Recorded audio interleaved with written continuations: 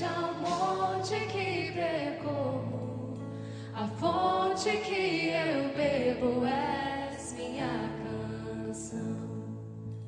Rei do meu coração, seja o meu esconderijo, refúgio que preciso, és minha canção.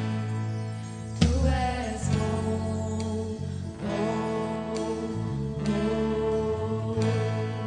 Tu és bom, bom, bom. Tu és bom, bom, bom.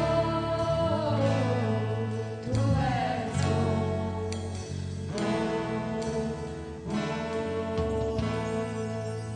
Rei do meu coração, seja o vento em minhas velas, a âncora do mar, és minha canção. Rei do meu coração, seja o fogo em minhas veias, o eco dos meus dias, és minha canção. Rei do meu coração, seja o vento em minhas velas, a âncora do mar, és minha canção. Rei do meu coração, seja o fogo em minhas veias, o eco dos meus dias, és minha canção. E tu és bom, bom, bom. E tu és bom, bom, bom. Tu és bom, bom, bom. Tu és bom, bom, bom. Tu não me deixarás, não me deixarás jamais. Tu não me deixarás, não me deixarás jamais. Tu não me deixarás, não me deixarás jamais. Tu não me deixarás, não me deixarás jamais. Tu não me deixarás, não me deixarás jamais. Olá, meus amados irmãos, uma boa noite a todos vocês. Que alegria podermos nos reunir mais uma vez, ainda que virtualmente, para termos o nosso momento de comunhão, momento de estudo da palavra, momento de oração. Louvo a Deus por você que está aí conectado. Nesse exato momento, eu, pessoalmente, fisicamente, estou em Porto Velho, mas estou chegando até vocês através desse vídeo, tá bom? Espero que todos estejam bem. Agradeço a Deus pelas orações, porque se aqui em Porto Velho eu estou fisicamente, pessoalmente, nesse exato momento, é porque vocês oraram, Deus atendeu as orações e nós estamos aqui juntos agora virtualmente através desse vídeo, tá bom? É um vídeo, é claro que foi gravado, mas estamos juntos mesmo que através desse vídeo. Bom, agradeço a Deus pelas bênçãos recebidas, agradeço a Deus por cada um de vocês e vamos então, através da oração agora, nos unirmos ao Pai Celeste para que possamos agradecer a Ele por esses momentos e também rogar a direção dEle para o estudo da Sua Palavra. Vamos orar? Pai, louvamos e bendizemos o Teu santo nome, pelo privilégio, Senhor, que Tu nos dás de podermos nos reunir, ainda que virtualmente, com os nossos irmãos. Pedimos que o Senhor nos dirija nesse tempo agora de estudo da Tua Palavra, que o Senhor abençoe a cada um daqueles que estão conectados. Derrama graça e bênçãos sobre nossas vidas, em nome de Jesus. Amém. Muito bem, meus amados irmãos, eu quero ter agora um momento mais específico de oração e nós sempre compartilhamos com vocês alguns dos pedidos. Lembra da nossa semana virtual? Nós tínhamos vários pedidos de oração levantados e eu quero agora colocar esses pedidos diante de Deus. A salvação de alguns dos parentes dos nossos irmãos, bem como também o fortalecimento espiritual de nossas famílias e também uma porta de trabalho, uma porta de emprego para os nossos irmãos que estão desempregados. Vamos orar então, agora mais especificamente por esses pedidos. Pai, mais uma vez chegamos à Tua presença através da oração para rogar, Senhor, pelas nossas famílias. Colocar diante de Ti, Senhor, a necessidade de salvação de alguns parentes dos nossos irmãos em Cristo. Eu coloco a Deus os irmãos da irmã Cleia, os irmãos da nossa irmã Ana Paula, coloco também os familiares do nosso irmão Douglas em Tuas mãos, bem como os familiares da Carol, Senhor.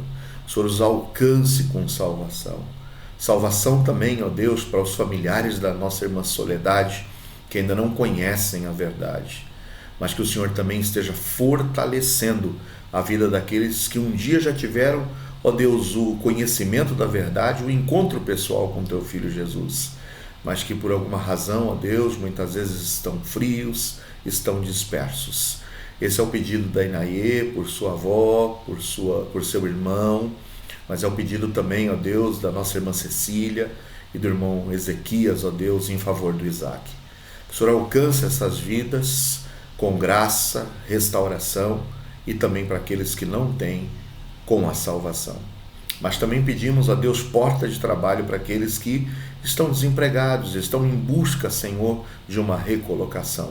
O caso da nossa irmã Ivani, o caso, ó Deus, da Guiomar, irmã da nossa irmã Vanusa, que o Senhor, ó Deus, abra portas de trabalho. Se porventura alguém conectado aqui nessa noite também tiver uma necessidade nessa área, que possa ser socorrido por Ti em tempo oportuno.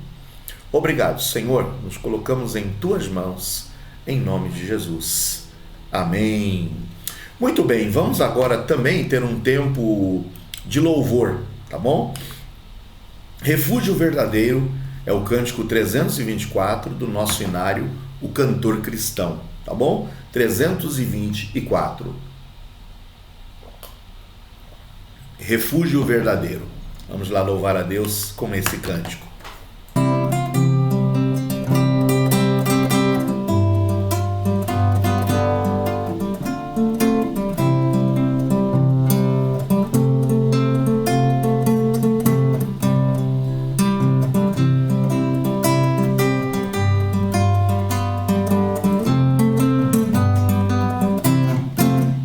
Seguro estou, não tenho temor do mal, sim guardado pela fé em meu Jesus.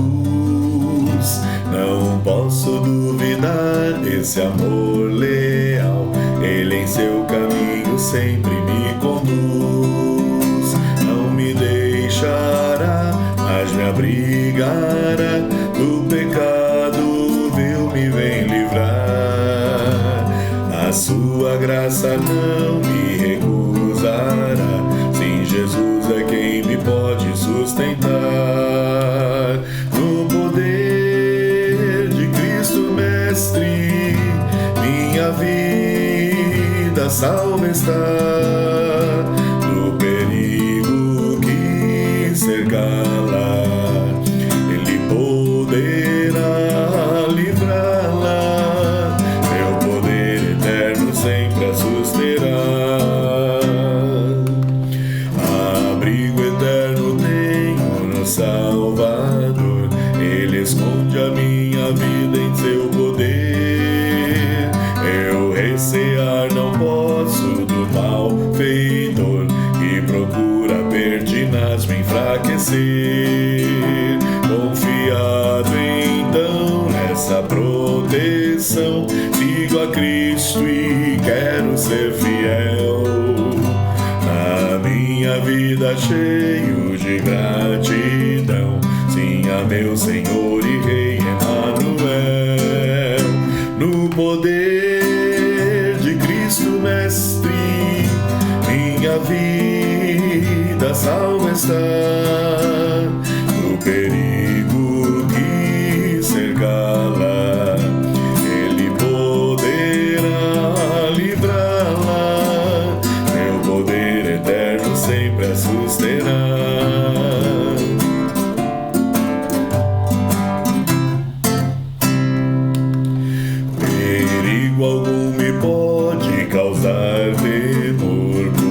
Salvador não me abandonará. Com sua proteção e com seu amor, dirigindo a minha vida Ele estará. Nunca o deixarei, mas fiel serei, sempre firme, cheio de fervor. A Cristo Redentor, meu Senhor e Rei, eu me entregarei firmado em seu amor. No poder de Cristo Mestre, minha vida salva está. No perigo que cercá-la, Ele poderá livrá-la. Seu poder eterno sempre a susterá. Seu poder eterno sempre a susterá.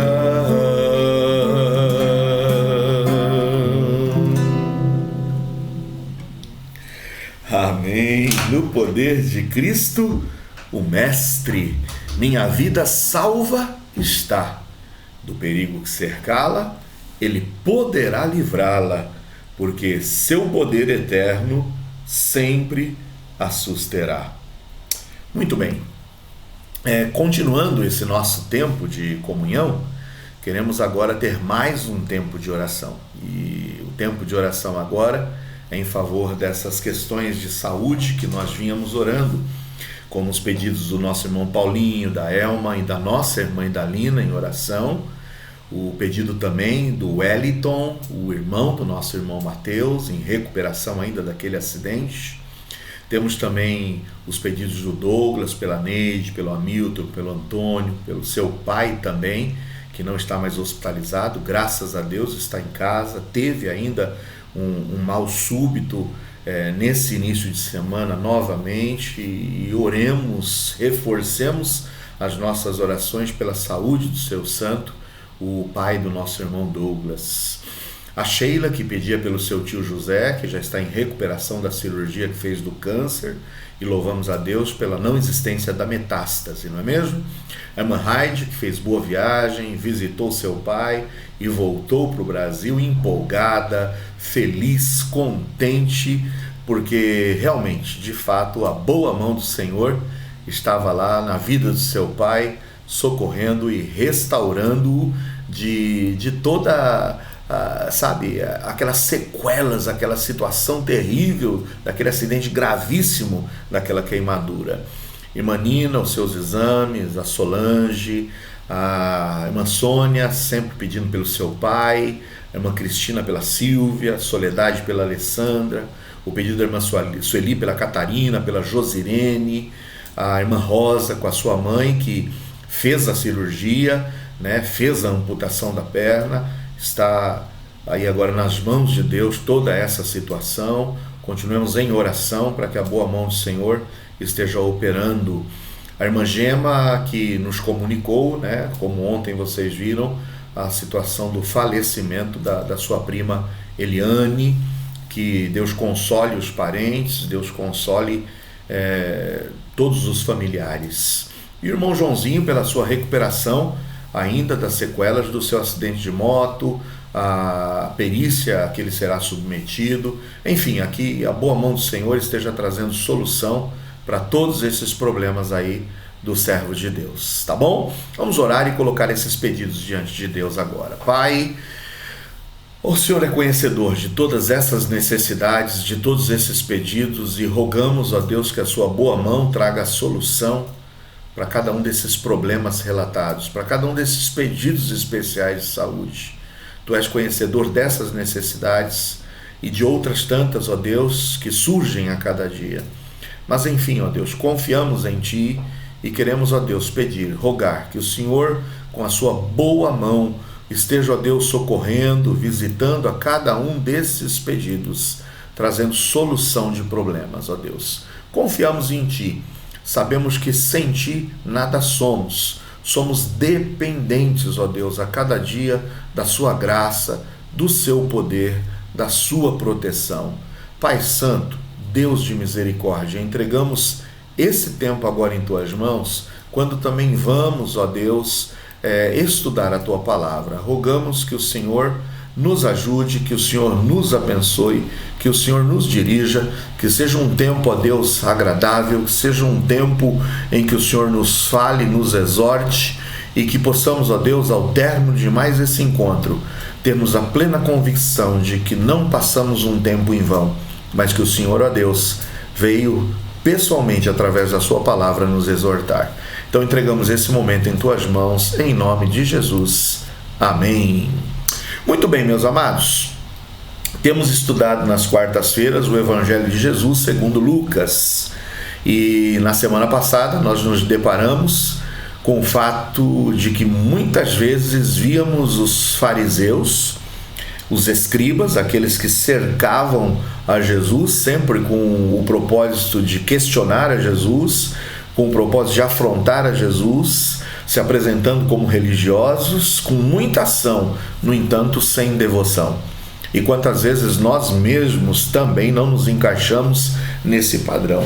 Muita ação, muito ativismo, mas sem devoção. É realmente religiosidade sem nenhum tipo de intimidade e atividade sem espiritualidade. Quando nós caímos nessa situação, irmãos, é a situação mais perigosa que nós podemos nos encaixar dentro da nossa vida espiritual, em que estamos trabalhando com muito ativismo, sem nenhum tipo de devoção, respeito e temor ao Senhor, exercendo e expressando muita religiosidade, mas a falta da intimidade com Deus, muita atividade sem nenhum tipo de espiritualidade. Vigiemos, irmãos, estejamos a todo instante, de fato, olhando para nós, para que não venhamos a cair nessas situações. Muito bem, aí a partir daí nós vimos essa figura, esse jargão, né? Essa figura e essa expressão de keep calm and foco, força e fé. Nós pegamos isso aqui como uma referência para olharmos para o capítulo 6 e extrairmos para nossas vidas a necessidade de nos mantermos calmos diante das situações desse mundo, diante das perseguições, diante das agruras, das adversidades, e continuarmos demonstrando foco, força e fé.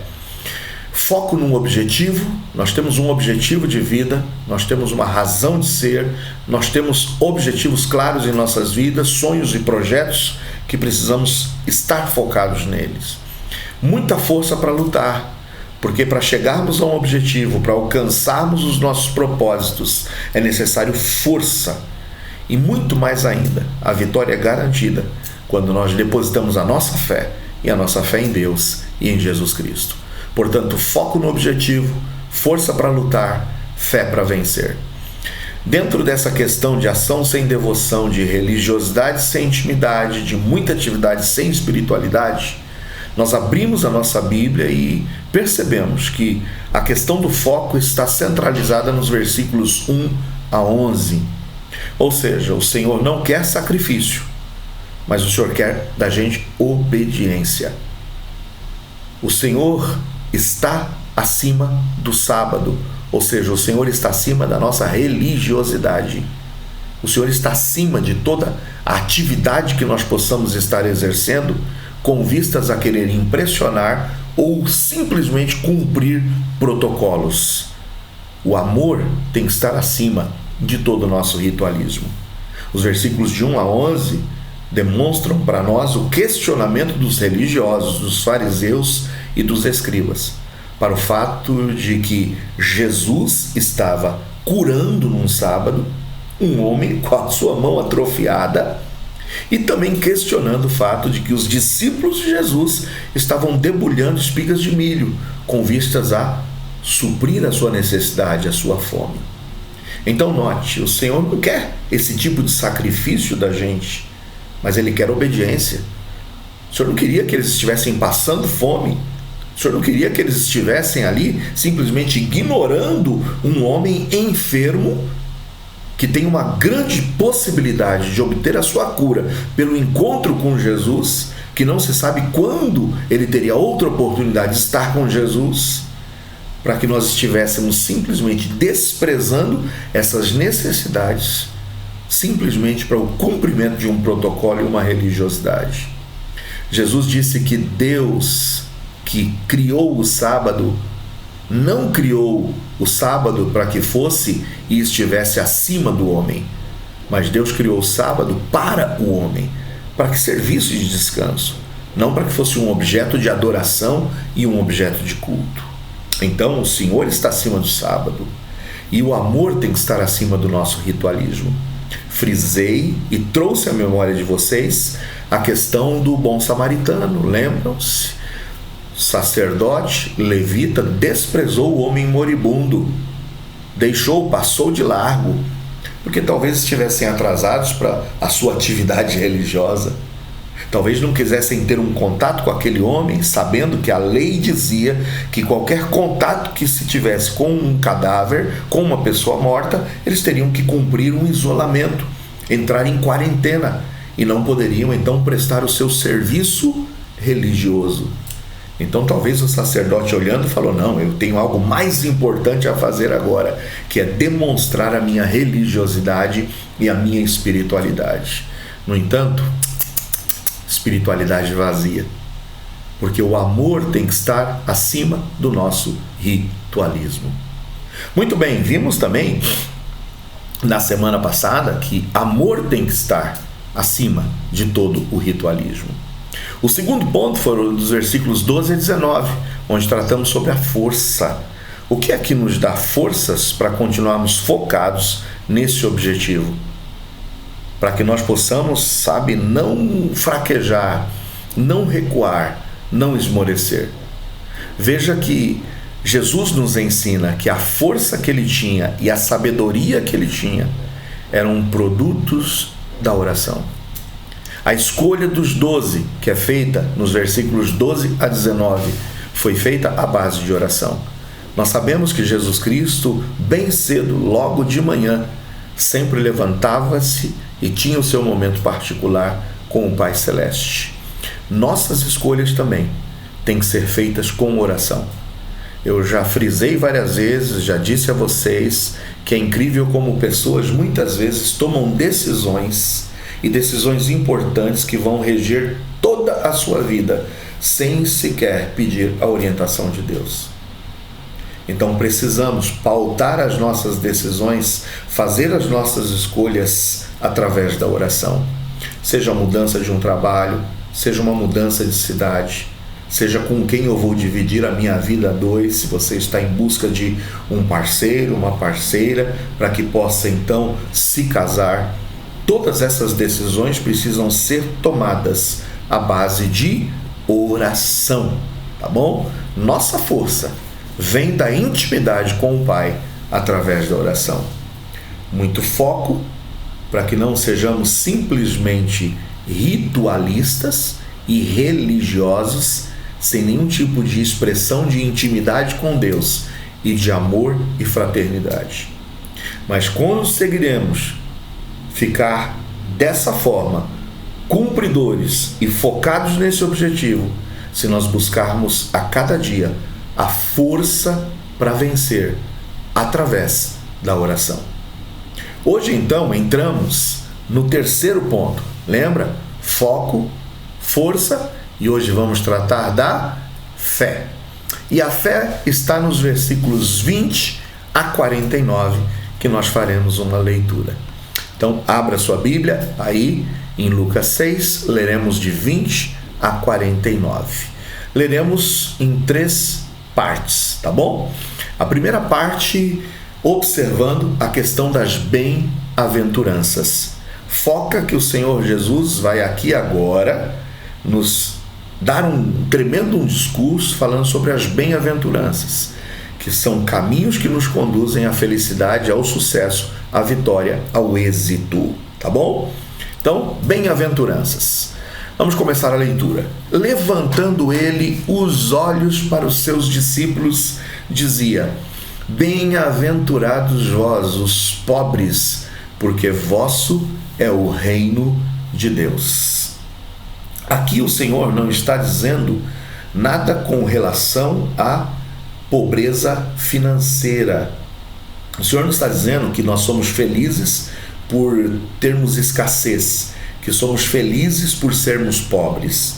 Talvez poderíamos até aqui argumentar que se essa pobreza fosse a pobreza material, até isso pode nos trazer felicidade no sentido de nos tornar mais dependentes de Deus, mais íntimos de Deus. Mas nós sabemos que diante de todo o contexto e quando fazemos a leitura dos textos paralelos, o que Jesus está se referindo é essa pobreza espiritual. E a pobreza espiritual não no sentido de carência, mas de humildade. É saber quem eu sou. É quando eu me acho forte que eu acabo sendo fraco. Por isso que quando eu me acho fraco é que eu sou forte, porque me torno mais dependente de Deus. Então, bem-aventurados são os pobres, são os fracos, são os que se sentem carentes. Por quê? Porque buscarão o socorro no lugar certo, buscarão em Deus. Bem-aventurados vós que agora tendes fome, porque sereis fartos. E nós vemos que essa fome e essa sede é fome e sede de justiça. Bem-aventurados vós que agora chorais, porque haveis de rir. O choro do arrependimento, o choro não do remorso, não da oportunidade perdida, mas o choro do reconhecimento da nossa pequenez, da nossa pobreza, dessa nossa, muitas vezes, falta de fome e sede por essa justiça e que deve nos levar a chorar, a saber em que precisamos mudar, em que nós precisamos transformar as nossas vidas para que possamos ter mais proximidade com o Pai Celeste. O choro do arrependimento é o choro que nos leva aos pés do Senhor. Que seja esse o nosso choro. O choro do reconhecimento da nossa pobreza, do reconhecimento da nossa pequenez, do reconhecimento da nossa carência, para que possamos vir a rir quando recebermos o socorro da parte de Deus. Bem-aventurados sereis quando os homens vos odiarem e quando vos separarem e vos injuriarem e rejeitarem o vosso nome como mal. Agora, tudo isso por causa de quê? Por causa do Filho do Homem. Então, aqui o Senhor está nos dizendo que nós somos felizes, bem-aventurados, somos prósperos quando o mundo estiver nos odiando, nos separando, nos cancelando, nos injuriando, nos rejeitando. Agora, por quê? Por causa do Filho do Homem, por causa da nossa fé, por causa da nossa postura, por causa da nossa firmeza, por causa da nossa defesa dos nossos princípios. Eu gosto muito de uma frase que as pessoas dizem muitas vezes, que a igreja veio para ser sal da terra e não o doce do mundo. Muitas vezes nós queremos ser o docinho do mundo, queremos ter as palavras simplesmente doces, caímos no discurso da maioria, não nos levantamos em oposição às trevas, em condenação ao pecado, mas queremos simplesmente nos moldarmos a esse mundo. Não, mas a Bíblia está dizendo, e é Cristo que a gente está falando, que as bem-aventuranças e o caminho da prosperidade, da felicidade, passa por cancelamento, passa por um momento e uma situação de sermos rejeitados, injuriados pelo nome de Cristo, por causa do Filho do Homem. Então, se você, meu amado, está sendo amado pelo mundo, é sinal que você está no mundo, à mercê e na defesa dos valores desse mundo. Porque quando nos levantamos para defender os valores de Cristo, seguramente, por causa do Filho do Homem, seremos rejeitados, odiados, cancelados e, sem sombra de dúvidas, odiados pelo mundo. Folgai, ou seja, alegrai-vos nesse dia, exultai, porque eis que é grande o vosso galardão no céu, pois assim faziam seus pais aos profetas. Se você estiver hoje passando por um cancelamento, passando por um momento de ser rejeitado, por um momento de ser perseguido, porque você está lutando pelos valores de Cristo. Se alegre, exulte por causa dessa perseguição, porque aqui Jesus Cristo está nos igualando ao caminho que os profetas traçaram. Os profetas, quando falavam em nome do Senhor contra o pecado, também eram rejeitados e eram perseguidos. Se essa é a razão pela qual você, meu amado irmão, está sendo rejeitado pelas pessoas por defender os princípios de Cristo, alegre-se, exulte, folgue, tá bom? 24. Mas ai de vós ricos, porque já tendes a vossa consolação. Lembra que a gente viu que bem-aventurados são os pobres, e agora ele contrapõe falando com os ricos. O pobre de espírito é aquele que sabe das suas limitações. O pobre de espírito é aquele que sabe que ele precisa sempre se achar fraco para que possa se apoiar na força de Deus, na força de Cristo. Mas os ricos, os que se acham fartos, já têm a sua consolação na sua própria riqueza, na sua própria arrogância, na sua própria soberba. Ai de vós, os que estáis fartos, porque vocês de fato terão fome. Ai de vós, os que agora rides, porque vos lamentareis e chorareis. Está vendo o contraponto? Se estamos sendo perseguidos por nós estarmos defendendo os valores cristãos, nós vamos sorrir e ser consolados. Aqueles que estão de bem com o mundo, porque estão simplesmente se moldando com o mundo, esses um dia chorarão e lamentarão. Ai de vós, quando todos os homens de vós disserem bem, porque assim faziam seus pais aos falsos profetas. Se hoje você está sendo o queridinho do mundo, se hoje muitas vezes nós estamos falando o que o mundo gostaria de ouvir, se nós hoje muitas vezes estamos aceitando os discursos de passar a mão no pecado, de aceitar todas essas situações do contexto que nós estamos vivendo e que nos estão sendo empurradas como devendo ser aceitas por nós de uma forma natural, se você faz parte da turminha da ideologia e que hoje está de bem, levantando as bandeiras ideológicas, defendendo esses direitos, muitas vezes, que vão contra os princípios bíblicos, saiba, ai de vós, quando todos os homens de vós disserem bem, porque assim faziam seus pais aos falsos profetas. Tem muitos líderes religiosos hoje se levantando e não mais pregando contra o pecado, não mais apresentando a necessidade do arrependimento, mas abraçando e trazendo para dentro da igreja, para dentro da comunhão, toda espécie de pecado. Nós estamos vendo hoje em dia. Então, quando a gente é o queridinho do mundo, pode ter certeza, assim também no passado se fazia com os falsos profetas. O povo quer ouvir o que lhe agrada aos ouvidos. E quando nós pregamos a palavra de Deus que vai contra o pecado, esse não é um discurso politicamente correto. É o discurso que traz o ódio, é o discurso que traz o cancelamento, é o discurso que traz a oposição. Mas se estamos sendo fiéis aos princípios bíblicos, devemos nos alegrar. 23. Folguem nesse dia, exultem, porque grande é o vosso galardão no céu, porque assim faziam com os profetas verdadeiros. Agora, se você está sendo queridinho, se você está indo por esses pregadores de internet hoje em dia, que simplesmente fazem vista grossa ao pecado e que toleram e dizem que Deus é simplesmente o Deus do amor, o Deus do acolhimento, mas que não apresentam a justiça de Deus, que concomitantemente com a sua graça devem operar sobre nossas vidas.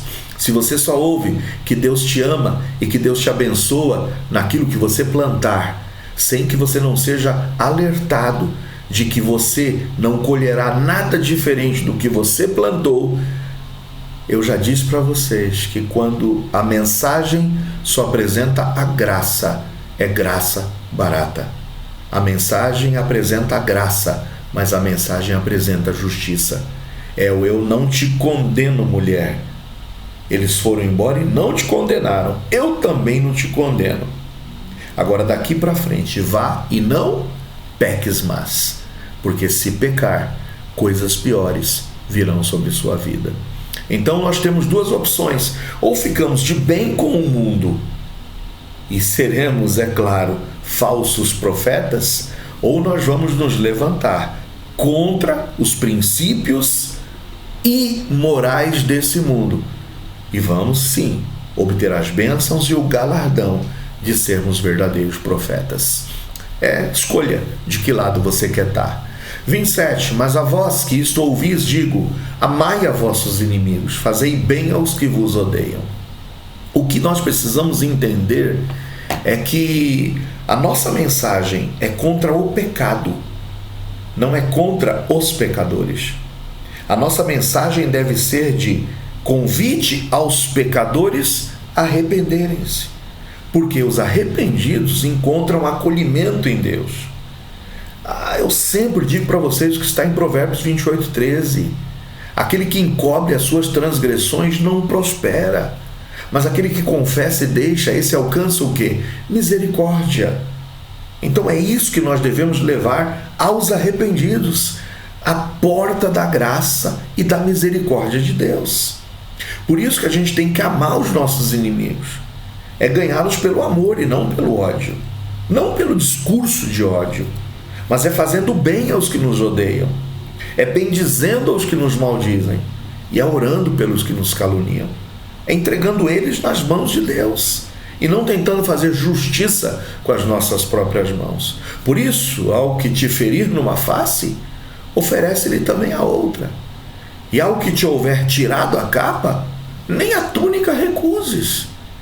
Se alguém veio e te tirou a capa, dê para ele a túnica também. Faça isso. E dá a qualquer que te pedir, e ao que tomar o que é teu, não lhe o tornes a pedir. O que a Bíblia está falando é que a gente tem que estar disposto a levar prejuízo na nossa vida para honrar a Deus. O que a Bíblia está dizendo é que a gente não deve buscar a vingança e a justiça aos nossos próprios olhos. Como vós quereis que os homens vos façam, da mesma maneira lhes fazei vós também. O que você não gostaria que fizessem para você é o que você seguramente não vai fazer e nem tampouco desejar para o próximo.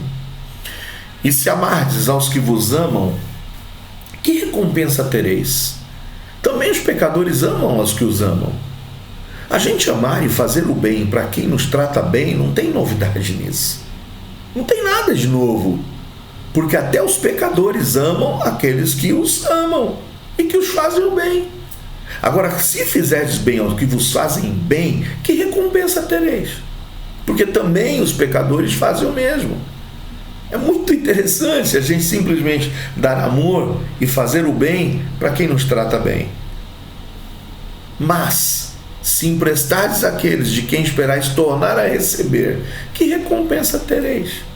Quando eu já estou dando, sabendo que eu receberei em troca. Também os pecadores emprestam aos pecadores para tornarem a receber outro tanto. Então, o que Jesus está nos ensinando é que fazer o bem motivado simplesmente pela reciprocidade, isso não tem valor nenhum, porque até os pecadores fazem. Quando a gente faz as coisas esperando algo em troca, até os pecadores fazem. Agora, amai a vossos inimigos, fazei bem e emprestai sem nada esperardes, porque se a gente fizer sem estarmos pensando na reciprocidade, será grande o vosso galardão e sereis filhos do Altíssimo, porque Ele é benigno até para com os ingratos e maus. Sede, pois, misericordiosos, tendo como padrão e como referencial quem? O nosso Pai Celeste, que também é misericordioso. Imagina se Deus fosse nos tratar baseado na reciprocidade. Se Deus fosse nos abençoar, porque nós estamos sempre prontos a abençoá-lo, a querer o bem de Deus, a querer obedecer a Deus. Imagine se Deus fosse fazer esperando de nós alguma coisa em troca. É por isso que a Bíblia diz que nós somos salvos pela graça de Deus, porque se fosse por mérito, Se fosse por justiça, nós já estaríamos queimando no fogo do inferno, porque nós não somos merecedores de nenhum bem da parte de Deus. Somos imerecedores, pecadores desde o momento em que nascemos. Não há um só sequer que faça o bem. Agora, Deus nos trata com amor, Deus nos trata com misericórdia, Deus nos presenteia com graça. E quem deve ser o nosso referencial é esse Deus.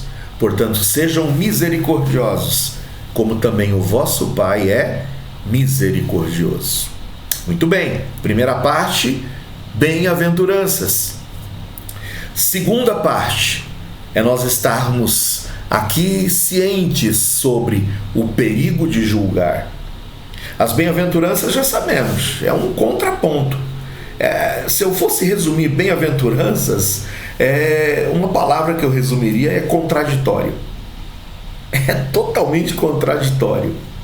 É a gente pensar sempre no contrário do mundo. Por isso que as bem-aventuranças, o discurso de Jesus Cristo das bem-aventuranças é conhecido como a contracultura. É conhecido justamente como o discurso que se opõe o quê? À cultura. É o contramão. É nós estarmos contra a maré.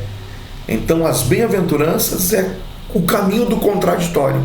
É o caminho de ir totalmente contra o que o mundo hoje prega e ensina pra gente. É por isso que se alguém está em Cristo tem que se tornar uma nova criatura. Novos pensamentos, nova cultura, novo jeito de ser. Então se o mundo está indo e o curso do mundo está indo rio abaixo, o caminho das bem-aventuranças é remar rio acima. Então não sei para que lado você está indo. Se você estiver de bem com o mundo, e se você estiver sendo um queridinho do mundo, abre os olhos, hein? Porque você está indo rio abaixo. E toma cuidado, porque no final do rio tem uma cascata. E a cascata é grande. A queda d'água é grande. E você vai se arrebentar lá embaixo. Rema rio acima. Eu sei que vai desgastar, eu sei que isso vai requerer muito mais energia sua. Mas é o caminho da bem-aventurança. É o caminho da alegria. É o caminho da felicidade. E esse caminho exige que nós também tenhamos coerência e saibamos o perigo dos nossos julgamentos. Vejam no versículo 37 e 38. Não julgueis e não sereis julgados. Não condeneis e não sereis condenados. Soltai e soltar-vos-ão. Note que o perigo aqui está, não que eu não deva julgar, mas existe hoje um pensamento que diz, olha, a Bíblia diz, não julgueis para que não sejais julgados. O que a Bíblia diz é que eu preciso ter ciência de que se eu julgar, eu serei julgado na mesma medida e na mesma coerência. Quando eu levanto para falar sobre um procedimento, sobre um comportamento, quando eu me levanto a questionar alguém, eu preciso saber que eu estou me colocando também na posição de ser julgado e questionado. Quando eu condeno alguém, eu estou trazendo para cima de mim também a possibilidade e o direito que os outros me condenem. E se eu soltar alguém, eu tenho certeza de que também eu estarei dentro do meu pleno direito de ser solto. Então, ao julgar, precisamos saber o que estamos julgando, a quem estamos julgando, o que estamos julgando. Dai e ser-vos-á dado, boa medida, recalcada, sacudida e transbordando, vos deitarão no vosso regaço, porque com a mesma medida com que medirdes, também vos medirão de novo. Então, cientes de que quando eu julgo, eu também serei julgado, com a ciência de que quando eu condeno, eu serei condenado, e com a ciência de que quando eu dou, eu também recebo, e vou receber na mesma medida com que eu der, com a mesma medida que eu medir, me medirão. Então é um alerta de Jesus. Por quê? Aí ele vai ilustrar esse alerta. Diz-lhes uma parábola: pode porventura o cego guiar o cego? Não cairão ambos na cova? Então muitas vezes é um cego que está querendo guiar o outro cego. É um cego que está querendo acusar o outro que é cego. Peraí, mas você também é. O discípulo não é superior ao seu mestre, mas todo o que for perfeito será como o seu mestre. E por que atentas tu no argueiro que está no olho de teu irmão? O que é o argueiro? É um cisco, uma poeirinha. É algo quase imperceptível, mas eu estou olhando e estou falando: olha, tem um cisquinho no seu olho. Mas eu não consigo reparar na trave que está no meu próprio olho. É nesse aspecto, percebe? Eu tenho que saber que quando eu julgo, eu serei julgado. Quando eu condeno, eu também estou me abrindo para ser condenado. Por isso que tome muito cuidado ao falar do cisco do olho do seu irmão, se você tiver uma trave no seu. O que Jesus está dizendo é que muitas vezes os hipócritas estavam julgando os outros, sendo que eles mesmos estavam caindo num pecado maior do que aquele que eles estavam condenando. Ou como podes dizer a teu irmão: irmão, deixa-me tirar o argueiro que está no teu olho, não atentando tu mesmo na trave que está no seu olho? Hipócrita, tira primeiro a trave do teu olho, e então verás bem para tirar o argueiro que está no olho de teu irmão. O que Jesus condena nos nossos julgamentos é a nossa hipocrisia. É isso que o Senhor condena. Se nós estivermos nos levantando para apontar o erro do nosso irmão, nós devemos fazer isso. Isso faz parte do que a Bíblia diz que é nosso dever, de exortarmos os nossos irmãos. Como é que eu estou vendo o irmão encaminhando para a cova e eu vou deixar ele ir para a cova? Agora, se eu estou cego como ele, também caminhando para a cova, como é que eu posso acusá-lo? Então, o que Jesus condena é o julgamento hipócrita. Porque não há boa árvore que dê mau fruto, nem má árvore que dê bom fruto.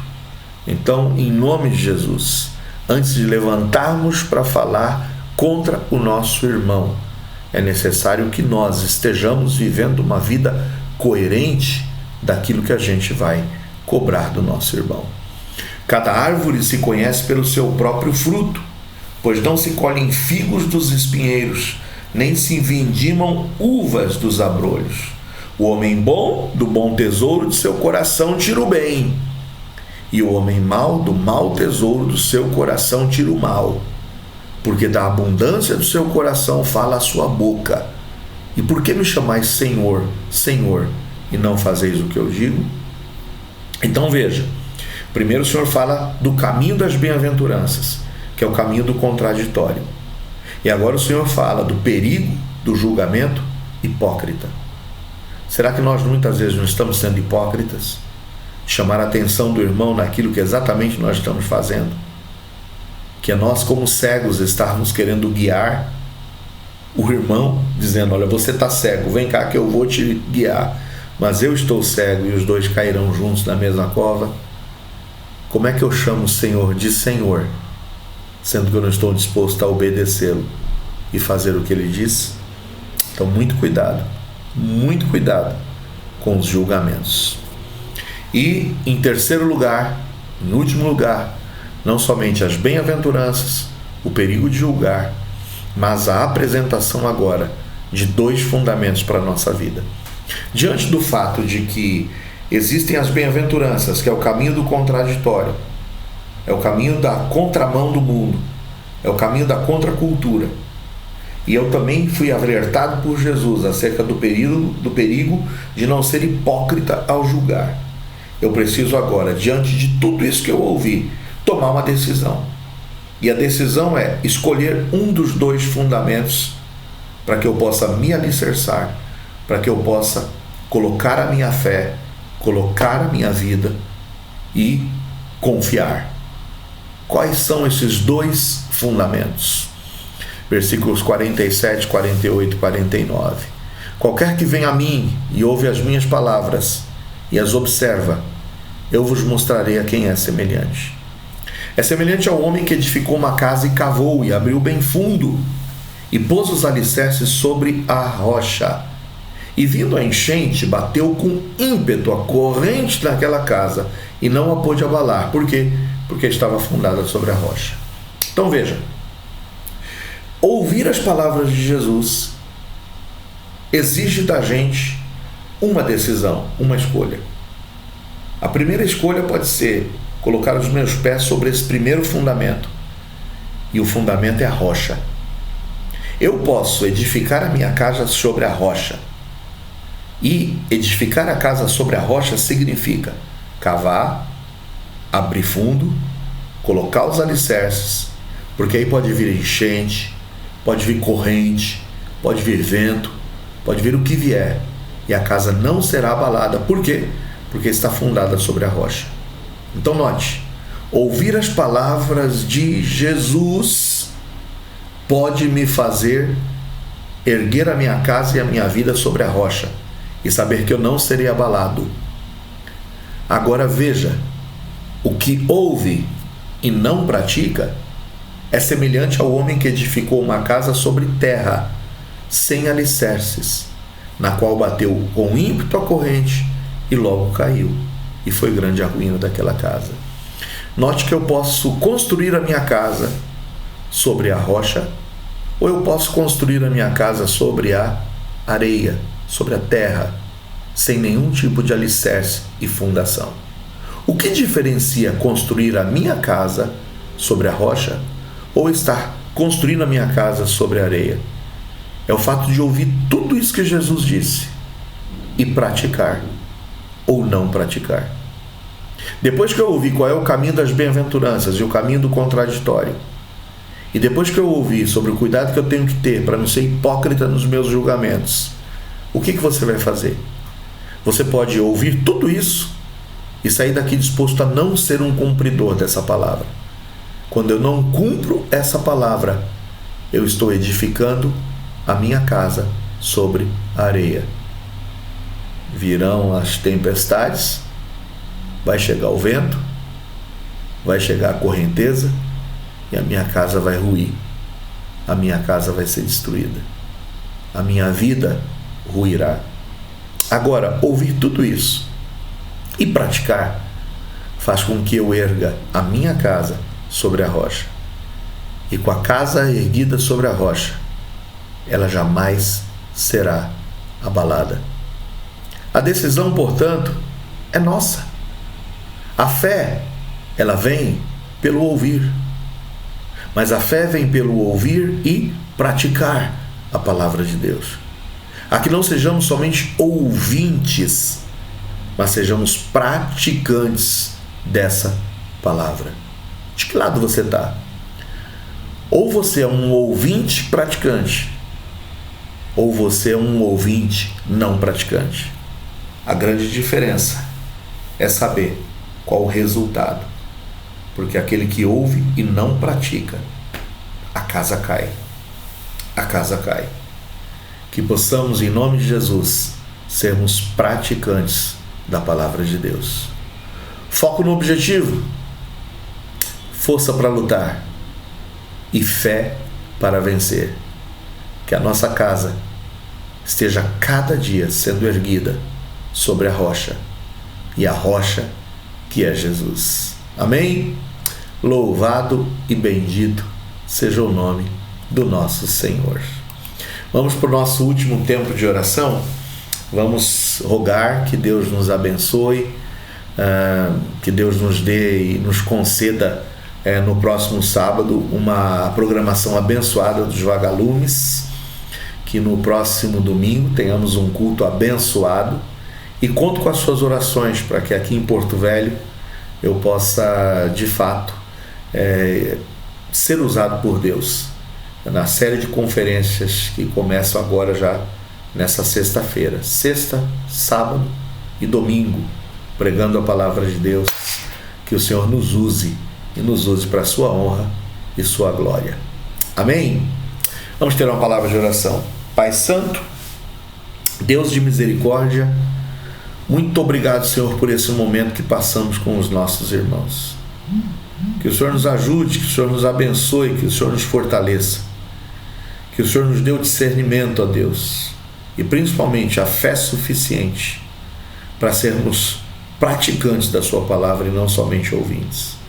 E como praticantes da sua palavra, ó Deus, não podemos julgar naquilo em que nós estamos falhando.